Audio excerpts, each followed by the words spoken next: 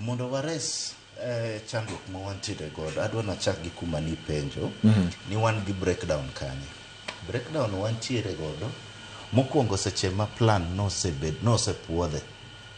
Bende kaka jo nyiepo waore ne jo departments gi mondo ging'e ma nikech gik monego bed ni nyiewo go gin mane gi raise gi, then ni notify gi inyiso gi ni gige ukande nobedo approved.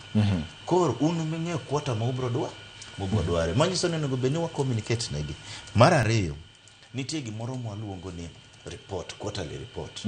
Onego bed ni koro kaka department mar nyiepo wanya wacho ni kwota ka kwota wanyiso departments kande ni kwota ni none gi nyiewo magi maendi kwota rumo pokitimo ang'owa pokitimo requisition. Mano onego bed ni wanya timo mondo mi kik wachal ka gima ok wati gi jogi kamoro achiel, wan kamoro achiel, mondo mi wabed at par nikech gin bende gin gi tije gi mang'eny monego bed ni gitimo. But ber ka samoro waparo negi wanyiso gi ni gini pokitimo ang'owa poking'iewo. Mar ariyo, wan gi gimoro ma waluongo ni misalignment of procurement request.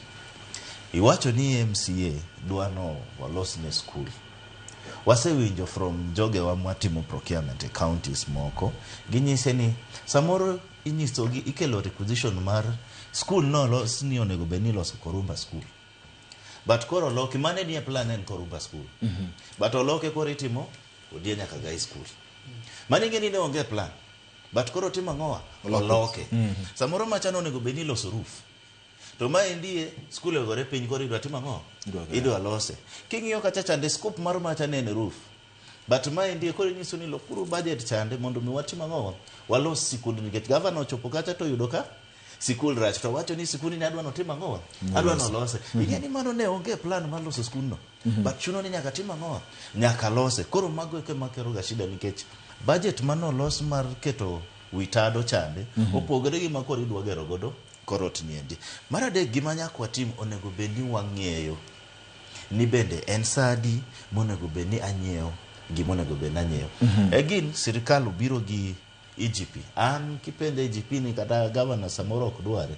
Tadwa na anyisi ka endi adier en ni nitie counties mar leading implementation mar EGP. Kuma podi gine court no endo. Kisumu County lead implementation mar EGP. Wan gi Siaya County that are also doing very well. Wan gi Murang'a County mabende timo maber. Wan gi Homa-Bay. Jogi eki giamua ni gidwa timo procurement maber gi system niendi. Sani kata kidonje system kanyo ende ma sani financial year oserumo. Kidonje system mar EGP inya neno procurement plan mar Migori, inya neno mar Homa-Bay, to gi chieng' monego bed ni nyiewe to gi pesa di oket kanyo endo ayanga. Manyiso ni user department ama ng'at monego bed ni timo kwayo mar nyiepo ok nya blame ng'ata nikech kata public ong'eyo ni chocha nonego bed ni losonwa e kwota mar adek.